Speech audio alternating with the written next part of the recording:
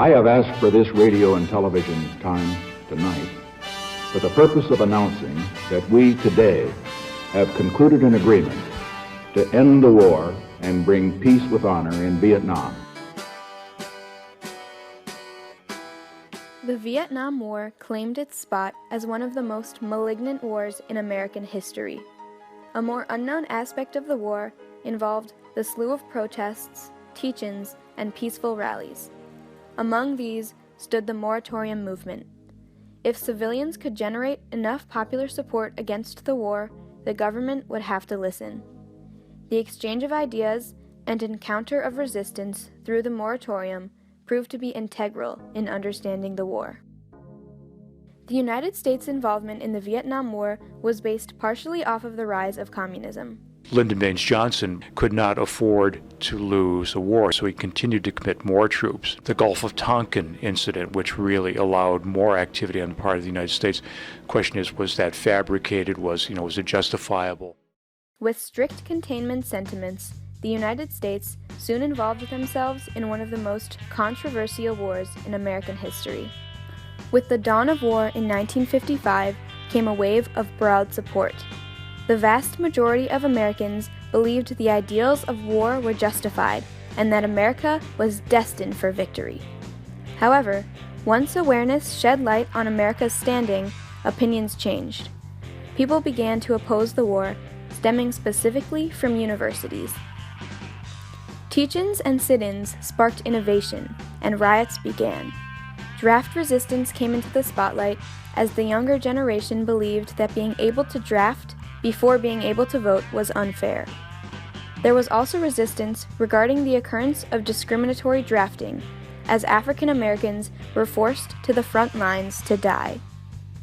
Civil rights and the Vietnam War went hand in hand, as the exchange of ideas and the fight for peace were common goals. Martin Luther King Jr. was a prominent figure in the political battles of the United States during the Vietnam era.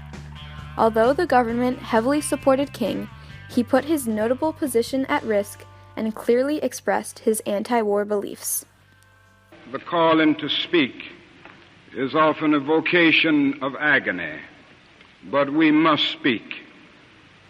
We must speak with all the humility that is appropriate to our limited vision, but we must speak.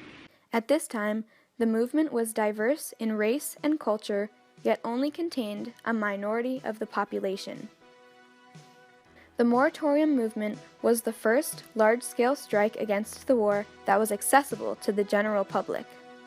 The first one, in October of 1969, was the most heavily populated protest in history, attracting around 100,000 civilians. The atmosphere was alive with anti-war sentiments and the goals of exchanging insight with the government. The Moratorium movement was led by David Hawk and Sam Brown, both of whom had worked in a presidential campaign supporting Eugene McCarthy previously. Thousands of students involved in groups such as the Students for a Democratic Society led the rallies and marches involved in the moratorium. The students, already inspired by the multitudes of teach-ins and sit-ins, knew exactly what they were advocating for and were willing to peacefully protest regardless of the consequences. Domestic defiance by protesters ultimately weakened the morale of American troops in Vietnam. Beginning to realize that their own country was not supporting them, the soldiers pleaded for an end to war. Then, Bubba said something I won't ever forget. I want to go home. The second moratorium movement took place 1 month later on November 15th. This demonstration was even more expansive than the first and was represented through famous pop artists debuting their songs protesting the war. There's a riot going on. Student demonstration time. The second moratorium drew more attention in every societal sphere and demanded the government listen to what the 200,000 revolutionists were saying. However, what started out to be solely a peaceful protest turned astray as police officials used tear gas on a portion of the protesters. This only attracted more publicity, and the broadcasted encounter of resistance captivated citizens across America. The moratorium's purpose was to give everyone an equal opportunity to exchange their opinions and work towards a common goal. It inspired people around the nation to speak up and take action to oppose the government's primary belief. The encounter of resistance by protesting urged people to share their ideas that ultimately would reach the government. The exchange of ideas gave people new viewpoints and platforms to share their opinions and work together to make others aware of the cause that they were advocating for. Even with the fight for peace, opposition to the anti-war movement was exposed. They called themselves the Hawks and viewed the moratorium movement as anti-American and unpatriotic. Against the Hawks stood the Doves, who had their eyes set on peace and their hearts screaming for resistance. This intense exchange between the Hawks and the Doves aided the conflicting opinions of Americans. The government hoarded mobs of secrets regarding the war, such as how militarily involved they were and the status of the Army. This is Richard Nixon's first year in office, saying very clearly, my policies aren't going to be affected by this. This is a small minority. They don't actually represent the American people. They don't represent that silent majority of Americans. While protests were proceeding, most of the presidents were unaware and unconcerned.